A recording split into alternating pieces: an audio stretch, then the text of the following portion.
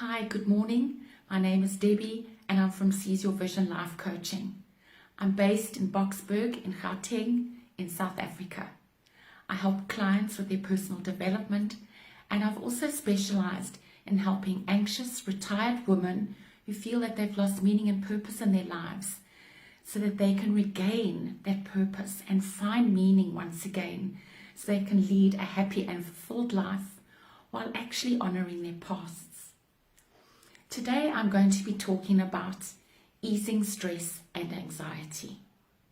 We all know a little bit of stress and anxiety is not a bad thing because it can actually help motivate us, push us forward, and help us to do our very, very best. But obviously there are times, especially like now during COVID, that our stress and our anxiety can actually raise its ugly head again.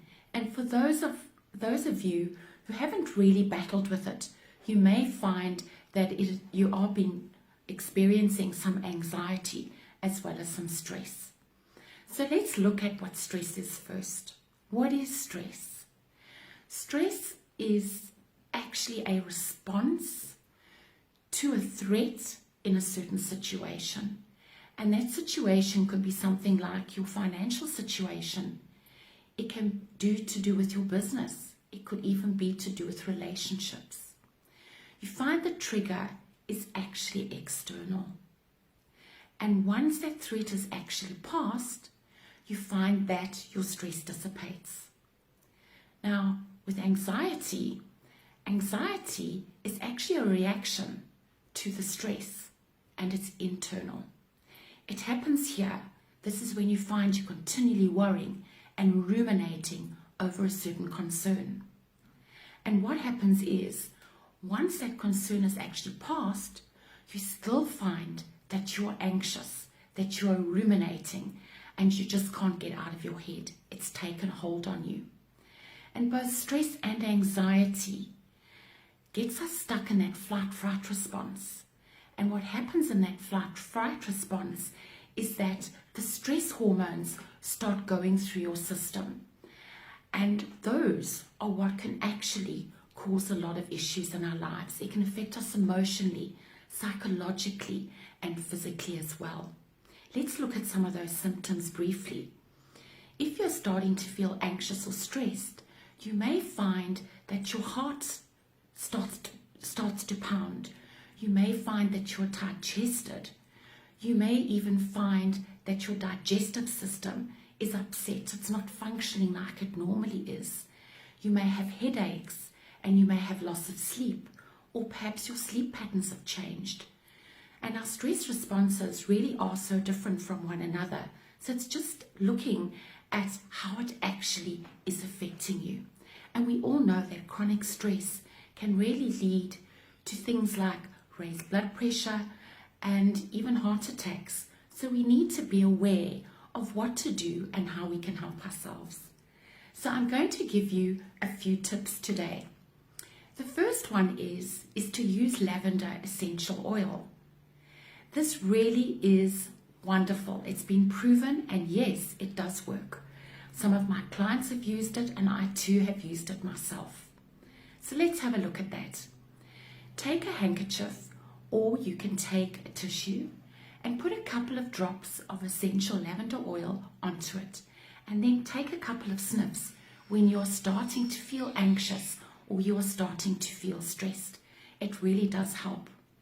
Something else you can do is to put a couple of drops of that essential lavender oil onto your handkerchief or to a tissue, and then pop it under your pillow slip. Just make sure though that your pillow slip is one that is not a very special one, just in case that essential oil does actually stain it or leave a mark on it. And you will find that you will sleep better at night as well, because it is so calming. The third thing you can do with that lavender essential oil is to get yourself one of those little miniature spray bottles.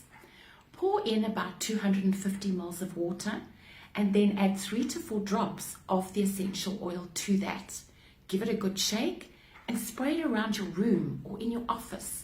You can even spray it in your bedroom before you go to sleep. It really is exceptionally calming. So give it a try and see how it works for you. Just a warning here, if you suffer from any allergies or you are asthmatic, just be very, very careful when using it, and perhaps it's best to ask the person that you're buying it from to see if there are any contraindications and whether you should or shouldn't use it in your case.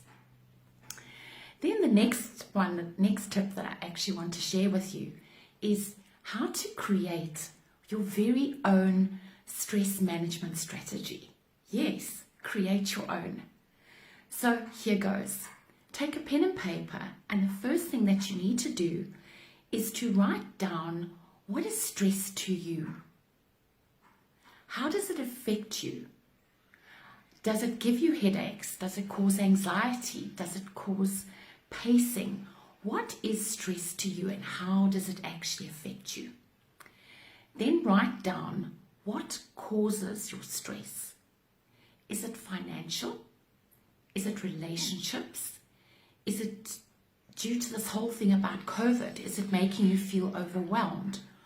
Write them down, and a really good tip here is to go back in times in your life when you were feeling stressed and anxious and identify what circumstances it was that actually brought that stress and anxiety to you, and also how it actually affects you emotionally, psychologically, and physically. So write those down as well, because they can differ according to the different circumstances. And then what you need to do is write down what is your go-to. What do you actually do when you're stressed? Do you pace up and down? Do you scream and shout at your family and your friends? Do you overeat? Do you undereat? What is that behavior? What is your go-to when you are stressed? Now look at those behaviors. Some of those behaviors may really not be good ones. For example, screaming and shouting at your family because you are personally feeling stressed.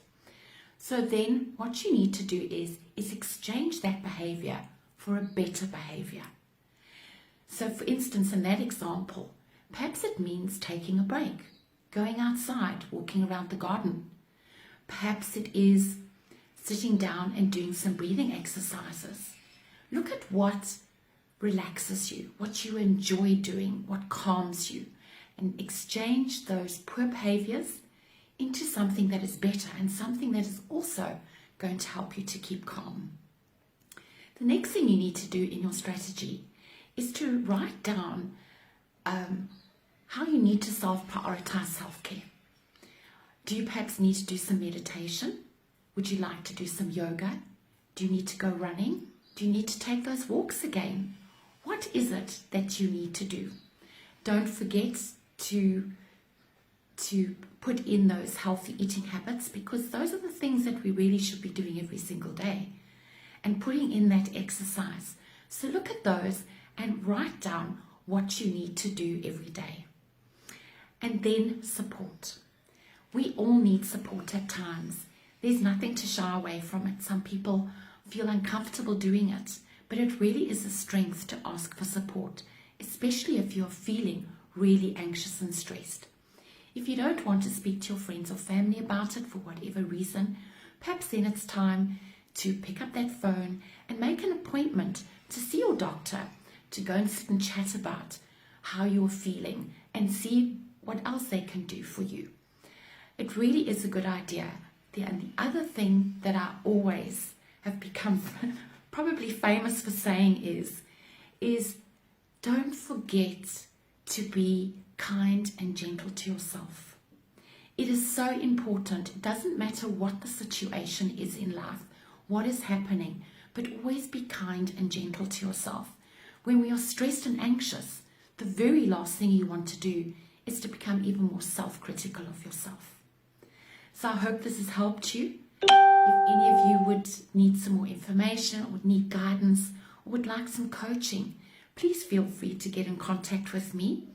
You're more than welcome to visit my website, which is www.seizeyourvision.co.za. Take care, and I hope that these tips have helped you and that you have found some value in it. Take care, and we'll chat soon. Bye.